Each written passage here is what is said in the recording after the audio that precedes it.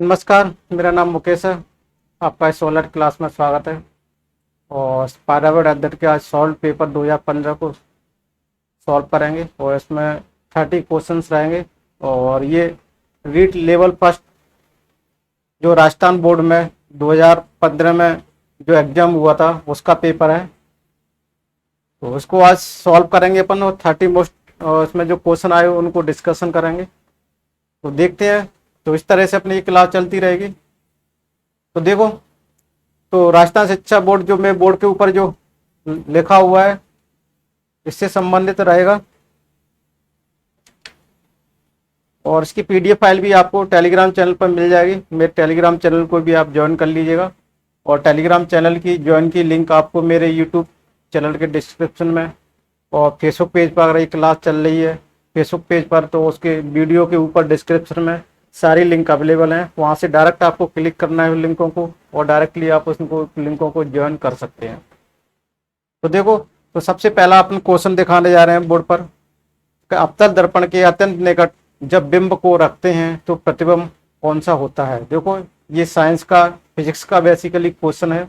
और फिजिक्स में ये टॉपिक बहुत इम्पोर्टेंट रहा है और उसमें बहुत सारे डिटेल में दिया हुआ है इसको। तो ये फिजिक्स में का क्वेश्चन है, लेकिन ये पर्यावरण में आया हुआ है कि अवतल दर्पण, देखो अवतल दर्पण के अत्यंत निकट जब बिंब को रखते हैं तो प्रतिबिंब होता है। यह प्रतिबिंब कैसा बनता है, वास्तविक बनता है, सीधा एवं छोटा बनता है, बी ऑप्शन है।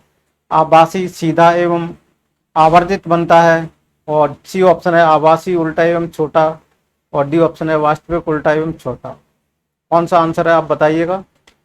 देखो, अवतल दर्पण का उपयोग सर्च लाइट, अवतल दर्पण का प्रयोग कहाँ करते हैं, सर्च लाइट, मोटर कार की हेडलाइट एवं प्रोजेक्टर आदि में, परावर्तक के रूप में, सौर कुकरों में सूर्य की विकिरणों को अपसारित करने में, बड़ी इमारतों को प्रकाशित करने के लिए लगाई जाने वाली लाइटों में, प्रकाश पुंज को प्रसारित करने में तथा परावर्तन टेलीस्कोप आदि में किसका प्रयोग होता है, अवतल दर्पण का उपयोग होता है। किसका उपयोग होता है, अवतल दर्पण का प्रयोग होता है।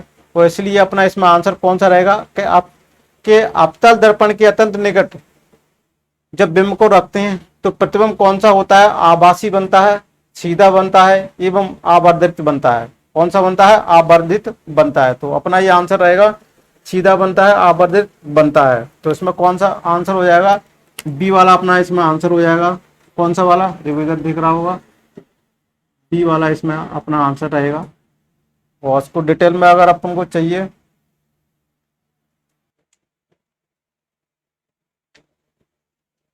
तो आभासी, सीधा एवं आवर्धित बनेगा। अगर उसको मैं पूरे डिटेल में इसका फिगर बना के भी दिखाऊं आपको तो देखो इस तरीके से होता है। और ये आपको दिख रहा होगा, इस तरीके से होगा। चलते हैं हम अगले प्रश्न की तरफ चलते हैं। अगला प्रश्न जो अपना बोर्ड पर रहा उसको ध्यान से पढ़ो और देखिएगा कि क्या कहानी बनती है। कि निम्नांकित में से कौन सा भारत के 3 जैविक विविधता हॉटस्पॉटों में से एक है। अरावली हिल्स, खासी हिल्स पहाड़ियां और हिमालय, और इनमें से कोई नहीं। जल्दी से आंसर बताइएगा।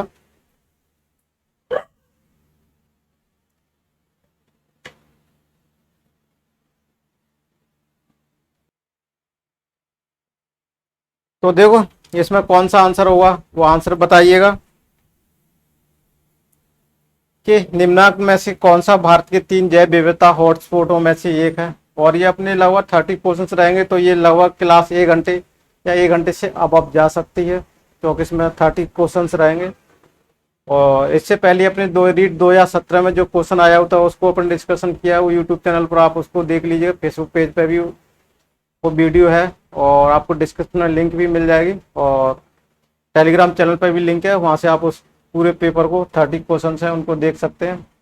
तो देखो, सबसे इसमें कौन सा है, निम्न में से कौन सा भारत के 3 जैविक विविधता हॉटस्पॉट में से एक है। तो अपना आंसर होगा खासी वो सॉरी हिमालय, विविधता हॉटस्पॉट्स में कौन सा है? हिमालय। अपना आंसर कौन सा रहेगा? हिमालय।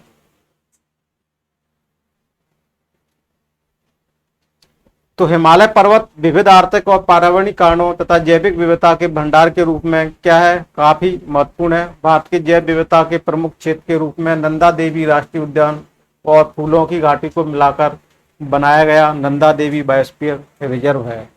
तो अपना आंसर कौन सा हो जाएगा? सी वाला आंसर हो जाएगा, सी वाला आंसर हो जाएगा।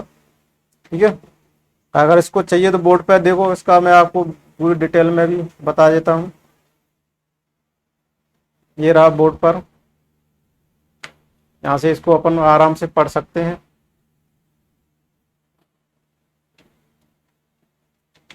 अब देखो, राजस्थान का राज पशु कौन सा है? कल वाले क्वेश्चन में राजस्थान का राज पक्षी, राष्ट्रीय पक्षी, राज पक्षी कौन सा है उसके बारे में पढ़ा था, राज पक्षी के बारे में। आज उसके राज पशु कौन सा है? बाघ, गाय, भेड़ और ऊंट। जल्दी से आंसर दीजिएगा इस क्वेश्चन। देखो, राजस्थान में ऊंट मूल रूप से थार रेगिस्तान में पाया जाता है, और राजस्थान का राज पशु कौन कहलाता है? ऊंट कहलाता है। और ऊंट राजस्थान में थार रेगिस्तान में पाया जाता है। कहाँ पर पाया जाता है? थार रेगिस्तान में पाया जाता है। राज्य की बड़ी आबादी आजीविका के लिए, यानी राज्य की बड़ी आबादी आजीविका के लिए ऊंट पर निर्भर है। ऊंट को रेगिस्तान का जहाज भी कहा जाता है। सितंबर 2014 में राजस्थान सरकार ने सितंबर 2014 में राजस्थान सरकार ने क्या किया? ऊंट को राजस्थान का राज पशु घोषित किया गया। कब किया गया ये? सितंबर 2014 में। सितंबर 2014 में ऊंट को क्या किया गया? राजस्थान का राज पशु घोषित किया गया। उसको राजस्थान का क्या कहा जाता है? इसको राजस्थान का जहाज भी कहा जाता है। अपना सी वाला आंसर सही है। चलते हैं अगले प्रश्न की तरफ चलते हैं। निम्न में से कौन सा कथन सही है? सभी धातुएं तन्य होती हैं, सभी धातुएं तन्य होती हैं, सामान्यतः धातुएं तन्य होती हैं, कुछ अधातुएं तन्य होती हैं। आंसर दीजिएगा जल्दी से।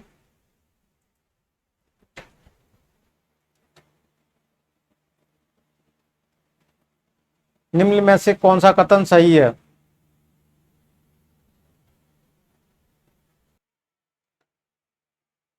निम्न में कौन सा कथन सही है? सभी धातुएं तन्य होती हैं, सभी धातुएं तन्य होती हैं, सामान्यतः धातुएं तन्य होती हैं, कुछ धातुएं तन्य होती हैं। बताइएगा जल्दी से। बोर्ड पर 4 ऑप्शंस दिए हुए हैं, तो देखो अपना इसमें ऑप्शन कौन सा होगा कि निम्न में से कौन सा कथन सही है कि सामान्यतः धातुएं तन्य होती हैं?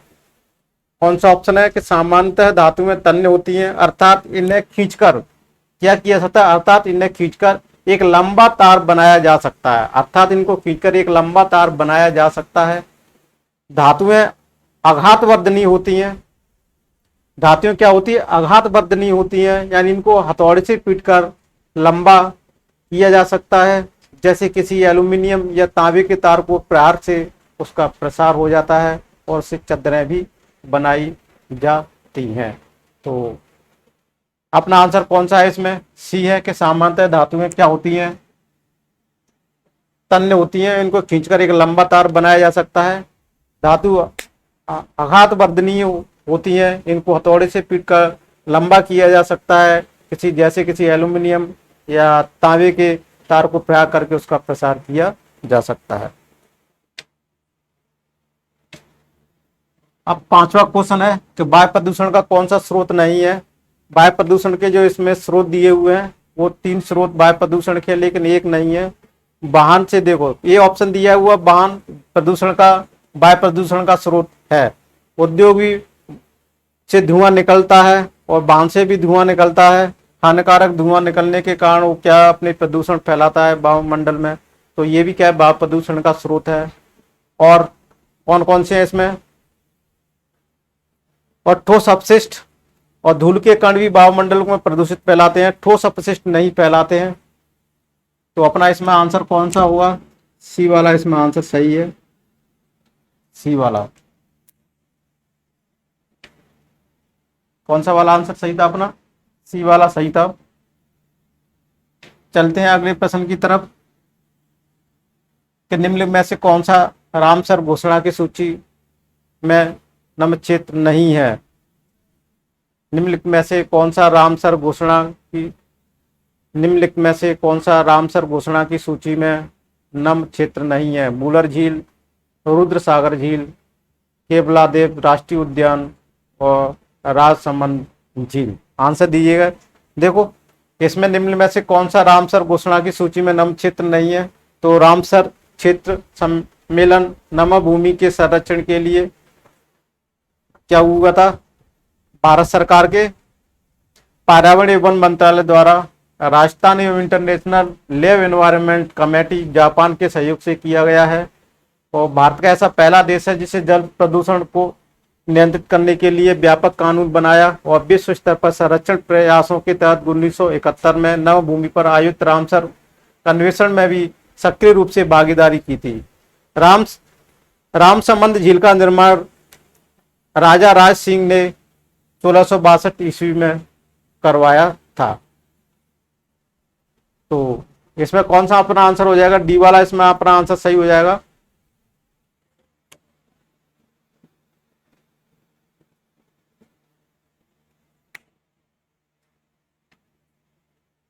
समझ में आ रहे होंगे सारे क्वेश्चंस। अगले प्रश्न की तरफ चलते हैं कि राजस्थान में कौन सा नवीनीकरण संसाधन नहीं है। जल विद्युत, पवन ऊर्जा, प्राकृतिक गैस, सौर ऊर्जा। आंसर दीजिएगा जल्दी से।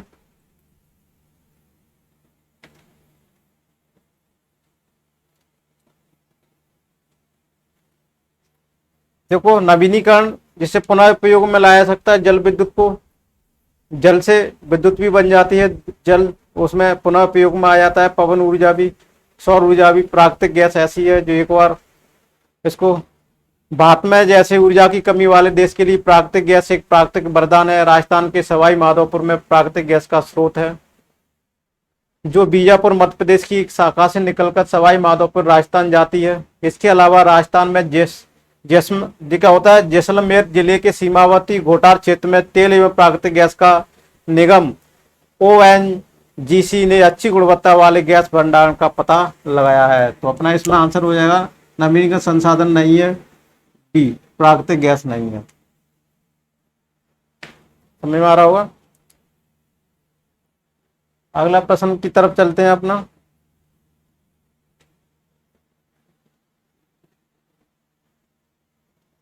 विज्ञान प्रकृति का व्यवस्थित ज्ञान एवं धारणाओं के मत संबंधों का तार्किक अध्ययन है जिनमें से विषय व्यक्त होते हैं। उपरोक्त विज्ञान की परिभाषा किसने दी। WC डैम्पियर ने, BS ब्लूम ने, कॉल पॉपर ने, JWN सुलिवन ने। आंसर दीजिएगा कि विज्ञान प्राकृतिक विषय का व्यवस्थित ज्ञान एवं धारणाओं के मत संबंधों का तार्किक अध्ययन है जिनमें से ये विषय व्यक्त होते हैं। उपरोक्त विज्ञान की परिभाषा किसने दी। आंसर दीजिएगा जल्दी से कि विज्ञान प्रकृति विषय का व्यवस्थित ज्ञान धारणाओं के मत संबंधों का तार्किक अध्ययन है जिसमें विषय व्यक्ति होती है। उपरोक्त विज्ञान की परिभाषा किसने दी। तो देखो WC डैम्पियर ने परिभाषा दी, ये आंसर अपना सही हो जाएगा।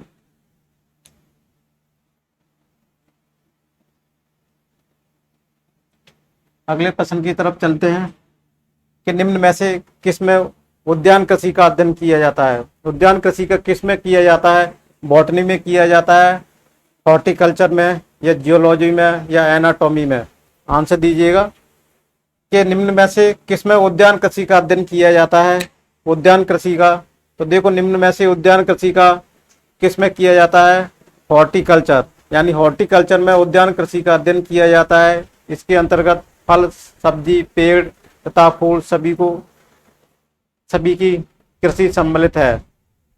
देखो हॉर्टिकल्चर में क्या क्या सम्मिलित है, फल, सब्जी, पेड़ तथा फूल सभी कृषि को इसमें सम्मिलित किया गया है। तो इसमें अपना आंसर कौन सा हो जाएगा, किसान वृद्धि का अध्ययन किया जाता है, किसमें किया जाता है, बी वाला अपना आंसर सही है।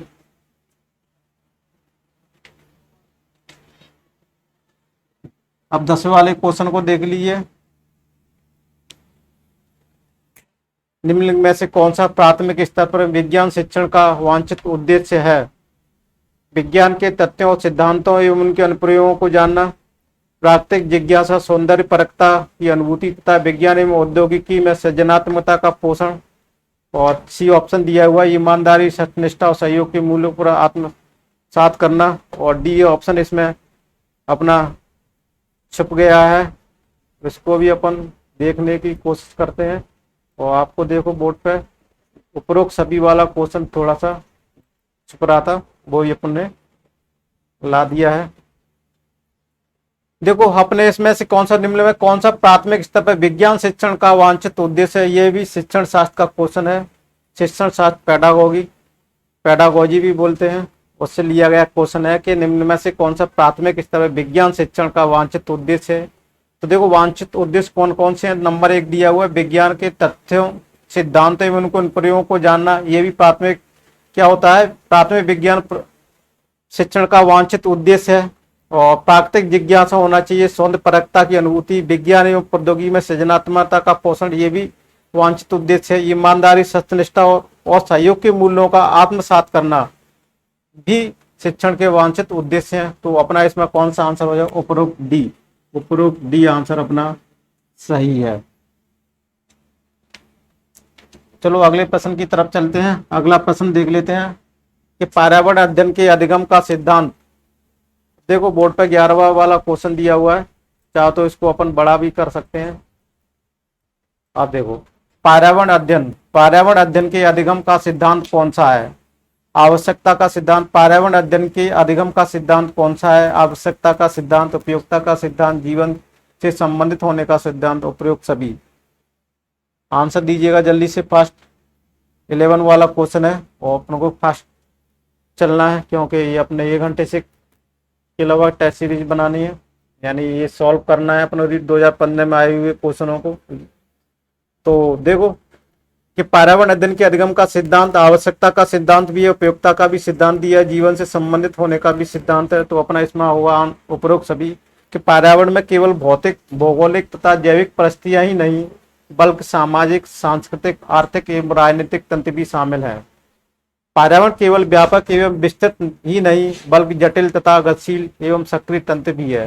ये सक्रिय अंतः क्रियाकलाप भोजन के लिए सामान्यतः निर्भरता एक भोजन कड़ी से लेकर जटिल अंतः क्रियाओं भोजन जाल तक कई प्रकार के हो सकते हैं। तो अपना इसमें आंसर होगा डी वाला, इसमें आंसर है अपना, ये वाला अपना आंसर है। अगला प्रश्न की तरफ चलते हैं। अगला प्रश्न है अपना कि कौन सी गैस ग्लोबल वार्मिंग के लिए उत्तरदायी है? नाइट्रोजन है, मीथेन है, मेथेन है, कार्बन डाइऑक्साइड है, सल्फर डाइऑक्साइड ग्लोबल वार्मिंग के लिए उत्तरदायी है। कौन सी गैस ग्लोबल वार्मिंग के लिए उत्तरदायी है? आंसर दीजिएगा। नाइट्रोजन है, मीथेन है, कार्बन डाइऑक्साइड है, सल्फर डाइऑक्साइड। अच्छा क्वेश्चन है और अक्सर ये क्वेश्चन आया हुआ रीट 2015 में, और अक्सर ये अच्छा क्वेश्चन है, इम्पोर्टेंट भी है, ये सबको भी आता हुआ कि कौन सी गैस ग्लोबल वार्मिंग के लिए उत्तरदायी है। तो कार्बन डाइऑक्साइड किसके लिए है ग्लोबल वार्मिंग? CO2, इसका फॉर्मूला या सूत्र बोल सकते हैं कार्बन डाइऑक्साइड का। इसमें कार्बन एक अणु ऑक्सीजन के 2 अणु से मिलकर कार्बन डाइऑक्साइड बनती है। और ग्लोबल वार्मिंग विश्व के लिए एक बड़ा पर्यावरणीय सामाजिक मुद्दा है। सूरज की रोशनी को लगातार ग्रहण करते हुए हमारी पृथ्वी दिनों दिन गर्म होती जा रही है, जिससे कि वातावरण में कार्बन डाइऑक्साइड का स्तर बढ़ रहा है। धरती पर इस विनाशक गैस के बढ़ने की वजह से समुद्र में जल स्तर का बढ़ना, बाढ़, तूफान, खाद्य पदार्थों की कमी और तमाम तरह की बीमारियों का खतरा बढ़ जाता है। तो अपना इसमें होगा सी वाला अपना ऑप्शन सही है। चलो अगले प्रश्न की तरफ चलते हैं कि परियोजना विधि में कितने मुख्य सोपान प्रयुक्त होते हैं? 4, 5, 6 या 8? आंसर दीजिएगा।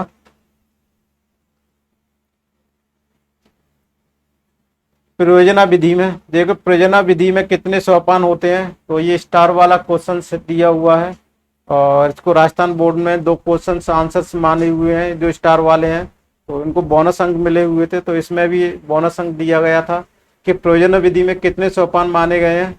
कहीं 4 भी माने गए हैं और 6 भी माने गए हैं। प्रयोजन विधि का विकास अमेरिका में हुआ था। प्रयोजना विधि का विकास अमेरिका में हुआ था। इस विधि के प्रणेता जॉन डीवी थे। जॉन डीवी प्रयोजना विधि किसने विकसित की थी? John Dewey. और प्रयोजना विधि शिक्षा दर्शन की एक प्रमुख विचारधारा प्रयोजनवाद पर आधारित है। इस विधि के जन्मदाता W.H. किलपैट्रिक हैं। और प्रयोजना विधि के 6 मुख्य सोपान प्रयुक्त होते हैं। देखो, प्रयोजना विधि के मुख्य कितने सोपान होते हैं? 6 होते हैं।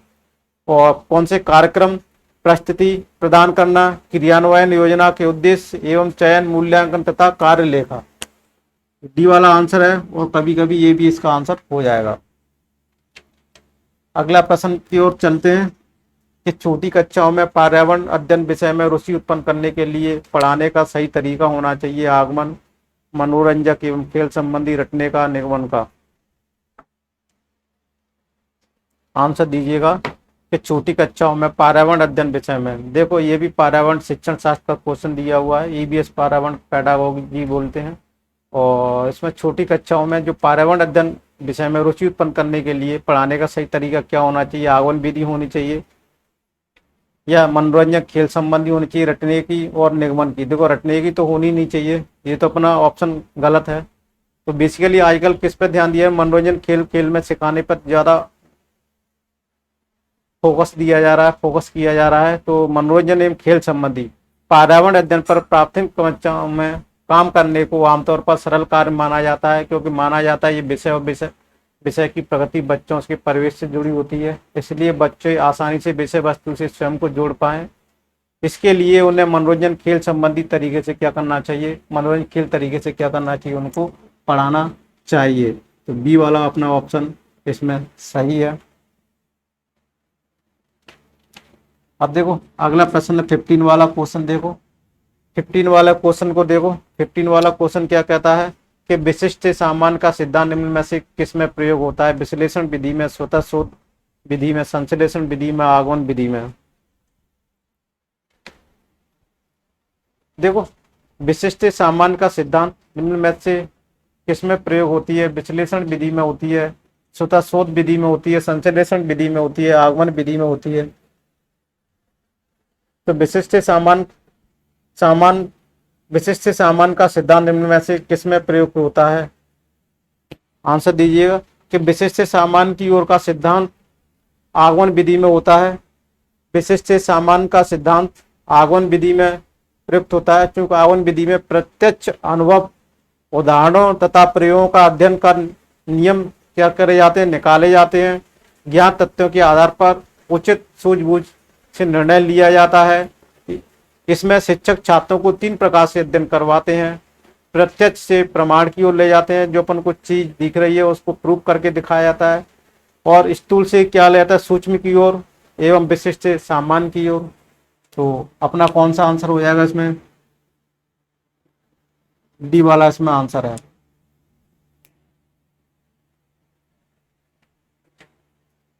कौन सी प्रक्षेपित सामग्री है?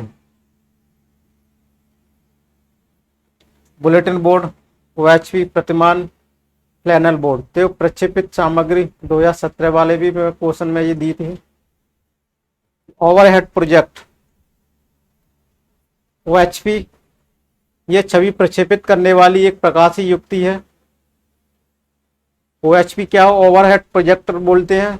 और ये छवि प्रक्षेपित करने वाली एक प्रकाशीय युक्ति है, जो किसी छवि, स्थिति या गतिमान को किसी तल जैसे पर्दा के ऊपर प्रक्षेपित करती है। ये प्रयोग में आसान है। इसमें बड़ी तस्वीर और सामान्य प्रकाश की जरूरत होती है, जिससे समय की बचत भी होती है। OHP का प्रयोग अधिकांशतः शिक्षक छात्रों में कोई प्रोजेक्ट समझाने के लिए करते हैं। तो अपना आंसर कौन सा हुआ? प्रक्षेपित सामग्री कौन सी है? OHP है। इसको ओवरहेड प्रोजेक्टर बोलते हैं, ओवरहेड प्रोजेक्टर बोलते हैं। और अच्छे प्रश्न की क्या विशेषता होनी चाहिए? तो देखो, मोस्ट इंपोर्टेंट क्वेश्चन है। वैधता, विश्वसनीयता, ए बी दोनों, व्यापकता, विस्तृतता। आंसर दीजिएगा।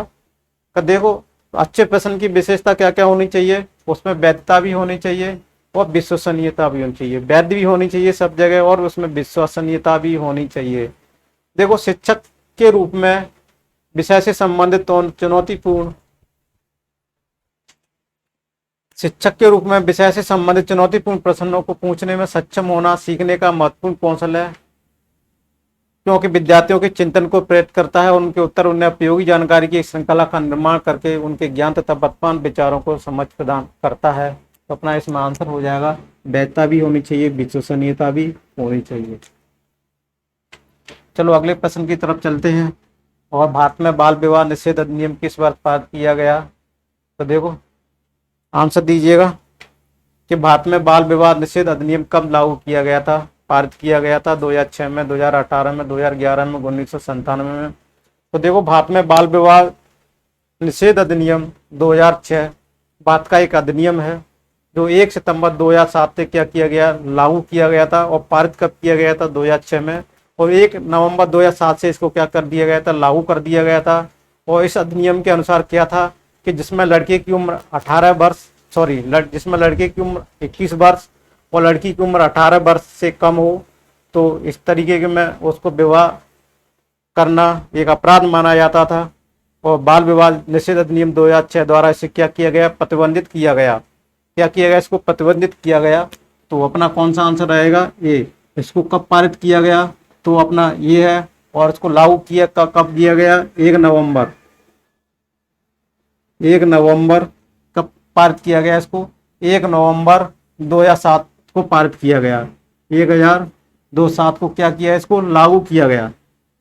क्या किया गया? लागू किया गया। तो 2006 में तो इसको पारित किया गया था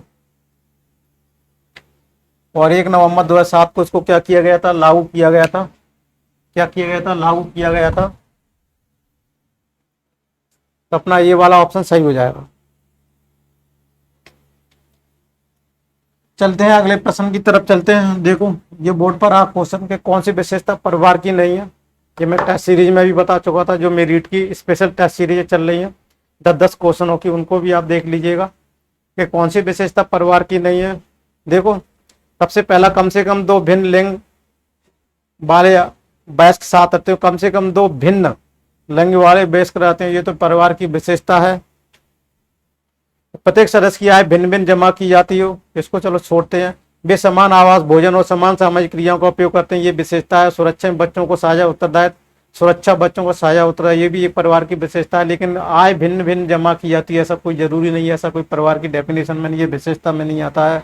तो अपना कौन सा आंसर होगा कि भिन्न भिन्न जमा की जाती है, वो वाला आंसर नहीं होगा, डी वाला अपना आंसर नहीं होगा। चलो अगले प्रश्न की तरफ चलते हैं। अगला प्रश्न है, राष्ट्रीय बाल श्रम उन्मूलन प्राधिकरण की स्थापना कब की गई थी? कब की गई थी? राष्ट्रीय बाल श्रम उन्मूलन प्राधिकरण की स्थापना कब की गई थी? कब की गई थी? 16 अगस्त 1996, 5 जून 1990, 22 जुलाई 2002 और 26 सितंबर 1994। तो देखो राष्ट्रीय बाल श्रम उन्मूलन प्राधिकरण का कार्य प्रथमतः खतरनाक पेशों प्रक्रियाओं से कार्यरत बाल श्रमिकों के पुनर्वास पर क्रमबद्ध तरीके से ध्यान देना है। राष्ट्रीय बाल श्रम उन्मूलन प्राधिकरण की स्थापना कब हुई थी? 26 सितंबर 1994। कौन सा आंसर हो जाएगा? डी वाला अपना आंसर रहेगा। कौन सा रहेगा? डी वाला आंसर रहेगा। तो देखो ये इस तरीके से मैं इसको डिटेल से भी बता देता हूँ। और अगला प्रश्न रहा अपना 21 वाला कि बागवानी के लिए कौन से प्रकार का उर्वरक उपयोग होता है? बागवानी के लिए कौन से प्रकार का उपयोग होता है? यूरिया, सोडियम फॉस्फेट, DAP और वर्मी कंपोस्ट। तो देखो इसको अपने स्टार देते हैं, एक स्टार आंसर है। इस स्टार का मतलब होता है बोनस अंक दिया गया था इसको राजस्थान में, ये अपवाद था इसका आंसर। तो जो ये अपवाद था, इसका आंसर अपवाद था, इसको बोनस अंक में बोनस अंक दिए गए थे इसको। ठीक है, तो हम भी इसमें ही रखते हैं। और अगला क्वेश्चन देख लीजिएगा कि कौन सा सुलेमित नहीं है, वस्त्र का प्रकार राज्य है, एक सुलेमित नहीं है। कौन सा है? फिरन जम्मू कश्मीर का देखो एक पहनने का वस्त्र है जो जम्मू कश्मीर में पहना जाता है, सही है। पानो बाजू पश्चिम बंगाल, रायदे हिमाचल प्रदेश और फुलकारी पंजाब। देखो फुलकारी पंजाब में, रायदे भी हिमाचल प्रदेश में पहनाता है। पानो भूजो होता है त्योहार के अवसर पर पहना जाने वाला, कहाँ का है? पश्चिम बंगाल का नहीं है, ये गोवा का एक महत्वपूर्ण पारंपरिक परिधान है जो सिर्फ महिलाएं ही पहनती हैं। तो इसमें कौन सा आंसर हो जाएगा? बी हो जाएगा। बी क्यों हो जाएगा? क्योंकि पानो त्योहारों के अवसर पर पहना जाने वाला गोवा का एक महत्वपूर्ण पारंपरिक परिधान है जो सिर्फ महिलाएं पहनती हैं। तो इसका ये हो जाएगा। पानो बाजू कहाँ का है? देखो, पानो बाजू गोवा का अगर होता तो ये सही होता था। अब देख लेते हैं अगला प्रश्न है कि निम्नलिखित में से कौन सा पत्थर राजस्थान के घरों में फर्श बनाने में उपयोग में नहीं लिया जाता है। 3 पत्थर ऐसे हैं जो घर में फर्श बनाने में उपयोग में लिए जाते हैं, लेकिन एक ऐसा पत्थर है जो घर में उपयोग में फर्श में लाने में नहीं किया जाता है। संगमरमर, कोटा स्टोन, घिया पत्थर, सेलखड़ी जिसे बोलते हैं, और सैंड स्टोन। तो देखो, इसमें राजस्थान के घरों में फर्श बनाने में उपयोग में कौन सा पत्थर उपयोग में नहीं लाया जाता है? वो उपयोग में नहीं लाया जाता है कौन सा? घिया पत्थर, सेलखड़ी बोलते हैं इसको। और घिया पत्थर, सेलखड़ी एक प्रकार का पत्थर है जो सावन की तरह मुलायम और चिकना होता है। क्या होता है? सावन की तरह घिया पत्थर क्या होता है? एक प्रकार का पत्थर है। देखो, घिया पत्थर क्या है? एक प्रकार का पत्थर है जो सावन की तरह क्या है? मुलायम है और चिकना होता है। इस पत्थर का उपयोग भवन निर्माण हेतु किया जाता है। दीवार बनाने में इस पत्थर का प्रयोग नहीं किया जाता है। तो अपना सी वाला इसका आंसर सही है। अगले प्रश्न की तरफ चलते हैं। देखो, 24वां क्वेश्चन है अपना।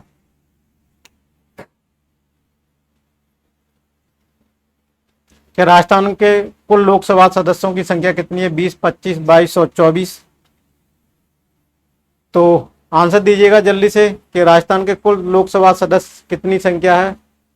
राजस्थान के कुल लोकसभा के सदस्यों की संख्या कितनी होती है? 25 है। लोकसभा का गठन वयस्क मतदान के आधार पर प्रत्यक्ष चुनाव द्वारा चुने गए जनता के प्रतिनिधियों से होता है। सभा के सदस्यों की अधिकतम संख्या 552 है, जिसमें 530 सदस्य राज्यों का, 20 सदस्य संघ राज्य क्षेत्रों का और 2 सदस्यीय आंग्ल भारतीय समुदाय से महामहिम राष्ट्रपति महोदय द्वारा चयनित लोकसभा का प्रतिनिधित्व करते हैं। तो अपना आंसर कौन सा हो जाएगा? 25 बी वाला इसमें आंसर सही हो जाएगा। ये अपना आंसर सही है। उसको विस्तार से चाहिए तो मैं आपको इसको विस्तार से भी बता देता हूं। ये रहा, इसको पढ़ लीजिएगा। अब देखो, 25 वाला क्वेश्चन है। कौन सा सुलेमित नहीं है? कौन सा सुलेमित नहीं है? अंबाजी मेला कहाँ लगता है? गुजरात में लगता है। या माघ मेला कहाँ लगता है? उत्तर प्रदेश में है। नैना देवी मेला वो असम में, और बड़ेश्वर मेला राजस्थान में। एक कौन सा सही जोड़ी नहीं है इसमें? और वो मेला लगता है वो सही जगह पर इसमें नहीं दिया, वो गलत दिया। वो कौन सा आंसर वो चीज दी है? देखो, नैना देवी मंदिर हिमाचल प्रदेश के बिलासपुर जिले के शिवालिक पर्वत श्रेणी की पहाड़ियों पर स्थित एक भव्य मंदिर है। कहाँ पर है? नैना देवी मंदिर हिमाचल प्रदेश के बिलासपुर जिले में शिवालिक पर्वत श्रेणी की पहाड़ियों पर स्थित एक भव्य मंदिर है। यह देवी के 51 शक्तिपीठों में शामिल है। मान्यता है कि नैना देवी में माता सती के नयन गिरे थे। वर्ष के दोनों नवरात्रि चैत्र मास और अश्विन मास के नवरात्र में यहाँ पर विशाल मेले का आयोजन किया जाता है, जिसमें शामिल होने के लिए देश के कोने कोने से श्रद्धालु आते हैं। तो अपना कौन सा हो जाएगा? सी वाला इसमें आंसर सही है। ठीक है ना? इसको डिटेल में चाहिए तो मैं आपको डिटेल में भी बता देता हूँ। ये रहा, इसकी भी आपको पीडीएफ फाइल डिटेल में मिल जाएगी। टेलीग्राम चैनल को ज्वाइन कर लीजिएगा। अब देखो, राजस्थान स्टेट केमिकल वर्क्स कहाँ स्थित है? आंसर बताइएगा। डीडवाना, नागौर, बाड़मेर, पर्वतसर। तो राजस्थान स्टेट केमिकल वर्क्स कहाँ पर स्थित है? डीडावन। कौन सा आंसर है?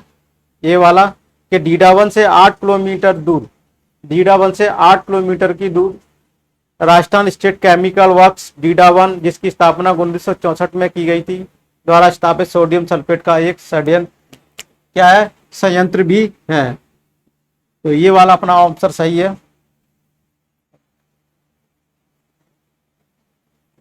अब देखो, इसको डिटेल में भी देख लेते हैं। 27 वाले क्वेश्चन को भी देख लीजिए आप कि भारत में उपभोक्ता संरक्षण अधिनियम किस वर्ष लागू किया गया था? 1981, 1985, 1986, 1988। भारत में उपभोक्ता संरक्षण अधिनियम कब लागू किया गया था? उपभोक्ता के हितों के संरक्षण के लिए बनाया गया है अधिनियम, उपभोक्ता संरक्षण अधिनियम कहलाता है। और सरकार ने 1986 में उपभोक्ता संरक्षण अधिनियम लागू किया गया था और 15 अप्रैल 1987 को इसमें जम्मू कश्मीर राज्य को छोड़कर सभी राज्यों में क्रियान्वित किया गया। इस अधिनियम के अंतर्गत कुल 31 धाराएं, प्रत्येक धारा में उपभोक्ता संरक्षण संबंधी अलग अलग अधिनियम दिए हैं। अपना कौन सा आंसर हो जाएगा? सी वाला हो जाएगा। तो उपभोक्ता को हितों संरक्षण के लिए बनाया गया अधिनियम कौन सा कहलाता है? उपभोक्ता संरक्षण अधिनियम कहलाता है। सरकार ने उससे 1986 में उपभोक्ता संरक्षण लागू किया गया था और 15 अप्रैल 1987 को किया गया था। इसे जम्मू कश्मीर राज्य को छोड़कर सभी राज्यों में इसको क्या किया गया था? लागू किया गया था। इसमें 31 धाराएं बनाई गई थी और प्रत्येक धारा में उपभोक्ता के संरक्षण संबंधी अलग अलग प्रकार के अलग अलग अधिनियम दिए हुए थे। तो ये अपना आंसर रहेगा। और अगला देखो 28 वाला क्वेश्चन देख लीजिएगा। 28 वाला क्वेश्चन देख लीजिए, मलेरिया रोग किसके कारण होता है? ये रोग से संबंधित, विटामिन से संबंधित मेरा एक वीडियो 2 घंटे का पड़ा हुआ है यूट्यूब चैनल पर। उसमें बहुत डिटेल में रोग के बारे में मैंने बताया, उस वीडियो को आप देख लीजिएगा। उसकी PDF फाइल भी आपको टेलीग्राम पर मिल जाएगी, वहाँ डिटेल में बताया गया है। तो इतनी डिटेल में यहाँ पर अपन नहीं बता सकते हैं क्योंकि 2 घंटे की क्लास कहाँ, ये लगभग 40 मिनट की क्लास, तो पॉसिबल नहीं है। तो मलेरिया होने का मुख्य कारण परजीवी मादा मच्छर एनाफिलीज, यानी इसको प्लाज्मोडियम फॉल्सीफेरम का काटना है। दरअसल प्लाज्मोडियम नामक परजीवी मादा मच्छर एनाफिलीज के शरीर के अंदर पलता है। यह परजीवी मादा मच्छर एनाफिलीज के काटने से फैलता है। कौन सा आंसर हो जाएगा?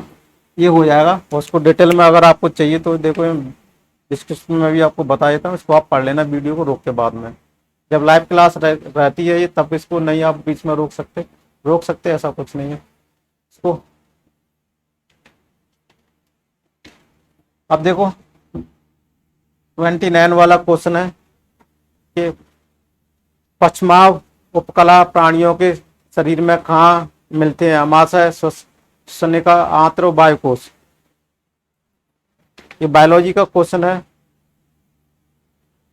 तो स्पंज और प्रवाल के पश्चाव की सहायता से नाल तंत्र की कोशिकाओं की सतह पर जल निरंतर प्रवाह बना रहता है। गिल अत्यधिक बाह्य विस्तार है जो गैस विनिमय झिल्ली का कार्य करती है। तो अपना इसमें कौन सा आंसर हो जाएगा?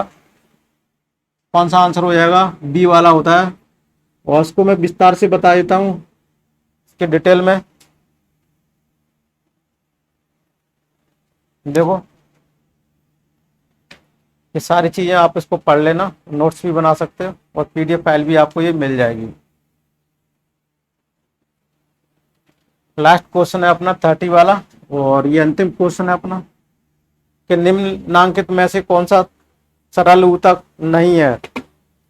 जाइलम, पेरेन्काइमा, कोलेनकाइमा और रिक्लेरेनकाइमा।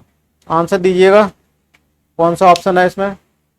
कि एक ही प्रकार के विशेष कार्य करने वाले विभिन्न प्रकार की कोशिकाओं का समूह जटिल ऊतक कहलाता है। ये ऊतक विषमांगी प्रकृति के होते हैं और जाइलम 4 घटकों से मिलकर बना है। वाहिकाएं, जाइलम तंतु और जाइलम मृदत्तक। जाइलम पादप में पानी और खनिज के परिवहन का काम करता है। ये फ्लोएम के साथ मिलकर संवहन बंडलों का निर्माण करता है। तो अपना आंसर कौन सा होगा? जाइलम। तो पहला इसका आंसर सही है। तो अपने ये मोस्ट इम्पोर्टेंट 30 क्वेश्चंसों को सॉल्व किया। और आपको एक क्लास कैसी लगी? ये टेस्ट सीरीज समझ लो इसको। 30 मोस्ट इम्पोर्टेंट क्वेश्चन नहीं कह सकते, ये रीट का आया हुआ 2015 में क्वेश्चन पेपर था लेवल 1 का पायरा का, जिसको अपन ने सॉल्व किया था। और ये आपको पेपर का सॉल्यूशन कैसा लगा कमेंट बॉक्स में जरूर बताइएगा। और इससे अगले आने वाला अपना 2012 के सॉल्यूशन को लाएंगे अपने। तो अगली क्लास अपनी 2012 के सॉल्यूशन की रहेगी। और मेरे इससे पहले टेस्ट सीरीजें भी चल रही हैं राजस्थान रीट को ध्यान में रखते हुए, उनको सारी टेस्ट सीरीजों को देखते रहिएगा। उन टेस्ट सीरीजों में भी सारे क्वेश्चनों का उनमें समावेश है। ये मैंने सनवाई पेपरों को मैंने कलेक्शन किया हुआ है। और अपन पर्यावरण के जितने अदर स्टेटों में आए हैं उन्हीं सभी क्वेश्चनों को अपन करेंगे। CTET के भी लेंगे अपन। और जितने क्वेश्चन आए हुए हैं उत्तराखंड रीट एमपी टेट जितने भी अदर स्टेट के क्वेश्चन पेपर बाय पेपर उठाएंगे अपन। राजस्थान में, छत्तीसगढ़ में जितने भी लेवल फर्स्ट प्राइमरी लेवल का जो एग्जाम हुआ है और पार्यावरण के जितने पेपर वाइज अपन लेंगे। तो ये आपको कैसी क्लास लगी कमेंट बॉक्स में जरूर कीजिएगा और उसकी PDF फाइल डाउनलोड कर लीजिएगा। वीडियो के डिस्क्रिप्शन में आपको लिंक मिल जाएंगी और आपको नीचे रेड कलर की पट्टी चल रही है, उसमें से भी आप मेरे टेलीग्राम चैनल को नोट करके वहाँ से आप सर्च करके ज्वाइन कर सकते हैं। Thank you for watching this video.